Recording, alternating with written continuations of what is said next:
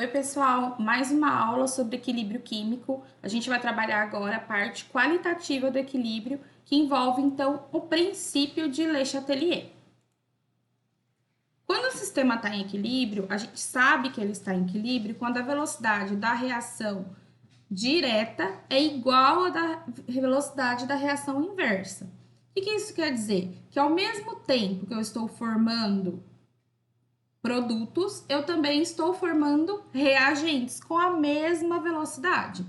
E aí, a gente viu até o exercício da semana passada que a gente pode identificar um sistema em equilíbrio quando a gente observa num gráfico que as concentrações dos participantes estão constantes. Ao mesmo tempo que eu consigo aumentar a concentração do produto, que eu estou formando o produto na reação direta, esse produto também forma reagente na reação inversa, na mesma velocidade. Então, eu não vou ter variação nas concentrações, o que não quer dizer que essas concentrações têm que ser iguais, ok?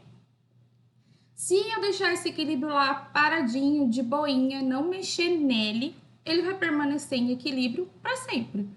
A velocidade da reação direta vai ser igual à velocidade da reação inversa indefinidamente. Só que se eu for lá perturbar esse equilíbrio, se eu exercer uma ação externa sobre ele, ele vai reagir. Ele não gosta que mexe com ele. E ele vai tentar minimizar os efeitos dessa ação que foi exercida. Daí surgiu o princípio de Le Chatelier. Quando se aplica uma força em um sistema em equilíbrio, ele tende a se reajustar no sentido de diminuir os efeitos dessa força. Então, são três fatores que podem alterar a condição de um equilíbrio, que são a concentração, a pressão e a temperatura. E a gente vai ver cada um deles agora separadamente. Então, vamos começar agora pela concentração, tá? Considera essa reação em equilíbrio, que eu tenho carbono sólido reagindo com dióxido de carbono, formando 2 mols de monóxido de carbono, tá? Então, o que a gente tem que lembrar? Do princípio de Le Chatelier. Se eu perturbar esse equilíbrio, ele vai fazer alguma coisa contrária para minimizar o que eu fiz, tá? Então, a adição dos reagentes desloca o equilíbrio para o lado direito no sentido dos produtos. Como assim? Então vamos supor que essa reação está acontecendo lá num balãozinho e eu peguei e adicionei mais CO2. Quando eu adiciono mais CO2, eu tenho uma perturbação no equilíbrio, aumentando, eu tenho muita concentração desse composto. O que acontece quando eu aumento muito aqui? Eu aumento o número de choques entre o carbono e o CO2, que vai favorecer a formação do CO, monóxido de carbono. Então, o equilíbrio vai se deslocar para o lado direito, tá? Eu aumento a concentração de CO2, a minha constante não vai variar, porque eu também vou aumentar a concentração de CO. Então, vamos olhar aqui no gráfico, ó. As concentrações estavam constantes de CO e CO2. Aí, eu adicionei CO2, tá vendo aqui, ó? Aumentei a concentração. O que acontece? Vai diminuindo a minha concentração de CO2 com o passar do tempo, porque ele vai chocando com o carbono e, consequentemente, vai aumentando a concentração de CO, porque quanto maior a quantidade de choques, mais produto eu consigo formar. Então, se eu adiciono um reagente, o equilíbrio desloca para os produtos. E agora o contrário também é verdadeiro. Se eu adiciono produto, eu desloco o equilíbrio para o sentido dos reagentes. Então, aqui, ó, se eu adicionei monóxido de carbono no equilíbrio, imediatamente eu vou aumentar a velocidade da reação inversa do produto formando o reagente. Então, ele vai se deslocar no sentido dos reagentes para a esquerda para compensar essa variação que eu fiz. Tá? Então, se eu aumento o produto, desloco o equilíbrio no sentido dos reagentes. Aumento o reagente, desloco o equilíbrio no sentido dos produtos, certo? O que quer dizer esse desloca? Quer dizer que eu vou favorecer essa reação. Então, se eu desloco para os reagentes, eu estou favorecendo a reação inversa que forma os reagentes. até que eu consiga igualar as velocidades de reação, certo? Então, se eu remover um dos componentes, eu vou deslocar o equilíbrio para o lado dele mesmo, tá? Eu tirei um pouco da concentração de CO2, por exemplo, coloquei uma seringa lá no meu balão, tirei esse gás. O que o equilíbrio vai fazer? Vai deslocar para o sentido de quem foi removido, para tentar o quê? Voltar essa concentração aqui para igualar as velocidades, tá? Então, resumindo a parte da concentração, se eu adiciono reagente do lado esquerdo da seta, eu desloco para os produtos. Se eu adiciono produto, lado direito da seta, eu desloco para os reagentes. Agora, se eu removo o reagente, desloco para o reagente. E se eu removo o produto, desloco o equilíbrio no sentido do produto. Certo? Segundo ponto que pode variar o equilíbrio é a pressão. Então, o aumento da pressão vai deslocar o equilíbrio no sentido de menor volume, ou seja, de menor quantidade de moléculas gasosas, tá? E a diminuição da pressão desloca o equilíbrio no sentido de maior volume, de maior quantidade de moléculas gasosas. Então, vamos considerar essa reação aqui, ó. 2SO2 reagindo com O2, formando 2SO3. Se eu aumentar a pressão, ó, tá todo mundo no estado gasoso. Eu aumento a pressão. O meu equilíbrio vai deslocar para onde? Para a direita ou para a esquerda? Eu tenho que ver qual lado que eu tenho maior quantidade de moléculas gasosas. Então, aqui, ó, do lado dos reagentes, eu tenho 2SO2, 2 mols de SO2 e 1 mol de O2. Somando, eu tenho 3 mols de moléculas. Aqui ele colocou como V para contar como se fosse um volume, tá? Então, eu tenho 3 volumes do lado dos reagentes. E do lado dos produtos, eu tenho 2 volumes, 2 mols. Então, se eu aumento a pressão, eu desloco o equilíbrio no sentido de menor quantidade de moléculas gasosas. Nesse caso, para a direita, tá? E por que isso acontece? Tem uma diminuição do número de mol de gás e aí diminui a pressão. Então, se eu aumentar a pressão, eu tenho que deslocar para onde eu tenho menos moléculas, tá? Se eu aumento a pressão, eu desloco para onde tem menos moléculas. Se eu diminuo a pressão, eu desloco para quem tem mais moléculas, tá? Resumindo, aumenta a pressão, desloca para o sentido de menor volume. Diminui a pressão, desloca no sentido de maior volume. Direita e esquerda só no caso dessa reação aqui, tá? Não quer dizer que sempre que eu aumentar, eu vou deslocar para a direita. Eu vou deslocar para quem tem menor volume, tá?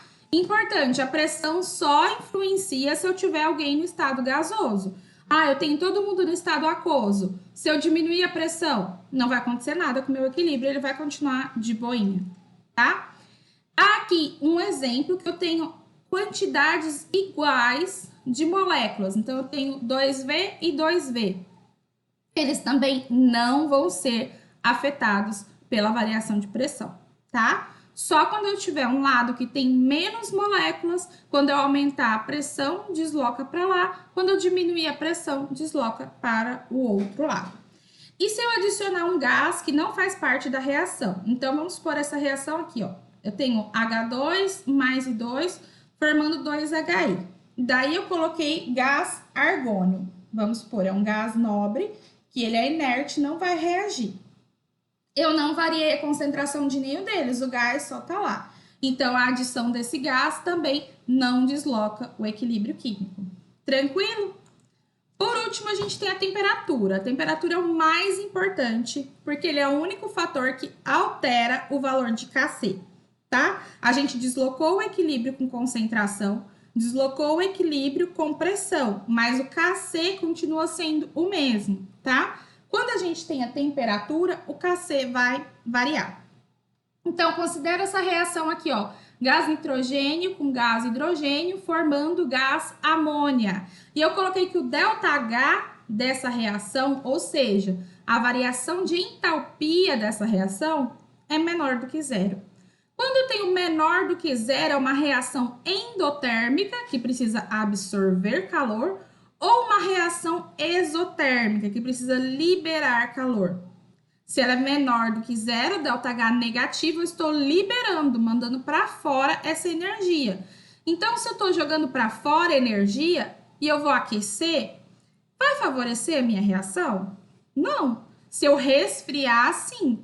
Então, ó, se eu estou falando que a reação direta N2 com H2 formando gás amônia é exotérmica, a reação inversa de NH3 formando H2 e N2, ela é ao contrário, ela é endotérmica. Então, se eu aumento a temperatura, sempre eu vou favorecer a reação que precisa de calor, que é a endotérmica. E se eu diminuo a temperatura, eu favoreço quem não precisa de calor, a exotérmica. Então, qual que vai ser o meu trabalho? De identificar qual reação é endotérmica e qual é exotérmica. Sempre vai estar acompanhado do ΔH, ou do valor ou mostrando se ele é maior ou menor do que zero. Se ele é menor do que zero, a reação direta é exotérmica e a inversa é endotérmica, certo?